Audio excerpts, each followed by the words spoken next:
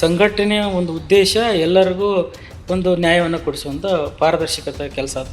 28 ವರ್ಷಗಳಿಂದನೂ ಸತತವಾಗಿ ಒಂದಲ್ಲ ಒಂದು ರೀತಿಯಲ್ಲಿ ನಾವು ಜನಸೇವೆ ಮಾಡ್ಕೊಂಡು ಬರ್ತಾನೆ ಇದ್ದೀವಿ. ಜನರಿಗೆ ಎಲ್ಲಿ ತಲುಪಿಸ್ಬೇಕು ಅನ್ನೋದು ಮೊದಲು ಪ್ರಜಾಪ್ರತಿನಿಧಿಗಳಾದಂಥ ನಮಗೆ ರಾಜಕಾರಣಿ ನಮಗಿರಬೇಕು.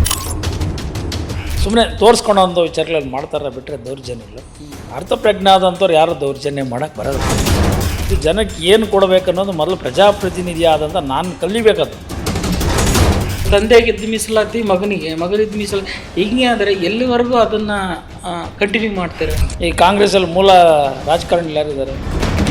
ಬಟ್ ಎಲ್ಲ ಒಂದು ಕಡೆ ಮೀಸಲಾತಿ ಅನ್ನೋದು ಶ್ರೀಮಂತ ದಲಿತರಿಗೆ ಮಾತ್ರ ಸಿಗ್ತಾ ಇದೆ, ಬಡವರ ದಲಿತರಿಗೆ ಸಿಗ್ತಾ ಇಲ್ಲ ಅನ್ನೋ ಆರೋಪ ಇದೆ. ಈಗ ಯಾರ ಹತ್ರ ಎಕನಾಮಿಕ್ ಇದೆ, ಎಕನಾಮಿಕ್ ಡೆವಲಪ್ಮೆಂಟ್ ಮಾಡೋಕ್ಕೆ ನಿಮ್ಮ ದಾರಿಗಳೇ ತೋರಿಸಲ್ಲ ರಾಜಕಾರಣದಲ್ಲಿ. ಆಮೇಲೆ ಅದೇ ಈಗ ನಮ್ಗೆ ತೊಂದರೆ ಕೊಡ್ತಾರೆ, ಇವ್ರು ಇದು ಮಾಡ್ತಾರೆ ಅಂದರೆ ಕೆಲವರು ಓಟ್ಗಳಾಗಲ್ಲ, ತುಂಬ ಕಷ್ಟ ಇದೆ. ಅಪೋಸಿಷನ್ ಪಾರ್ಟಿ ಕೃಪಾಪೋಷಿತ ಅಂತ ಹೇಳ್ತಾರೆ. ಅವಾಗೇನು ಹೇಳ ಈ ಪಬ್ಲಿಕ್ ನಾವು ಎಷ್ಟೇ ಬೈಲಿ ಏನೇ ಮಾಡಲಿ ಸರ್ಕಾರ ಮನಸ್ಸು ಮಾಡ್ತಿದ್ದು ಯಾವುದೇ ಅಧಿಕಾರಿ ಕೆಲಸ ಮಾಡಲ್ಲ. ಯಾರು ಕೂಡ ಸಕ್ರಿಯವಾಗಿ ಸಂಘಟನೆಯಲ್ಲಿ ಬರೋ ಕಾರ್ಯಕರ್ತರಲ್ಲ ಅನ್ನೋ ಆರೋಪ ಇದೆ. ಅವರು ಸ್ವಯಂ ಪ್ರೇರಣೆಗಳು. ಬಟ್ ಇತ್ತೀಚೆಗೆ ಕಾನೂನನ್ನು ಅಥವಾ ಈ ಮೀಸಲಾತಿಯನ್ನು ಕೆಲವೊಬ್ಬರು ಮಿಸ್ಯೂಸ್ ಮಾಡ್ಕೊಂತಾರೆ. ಅಟ್ರಾಸಿಟಿ ಹಾಕೋದಾರು ನಾವು ದಲಿತರಾಗ್ತೀವ.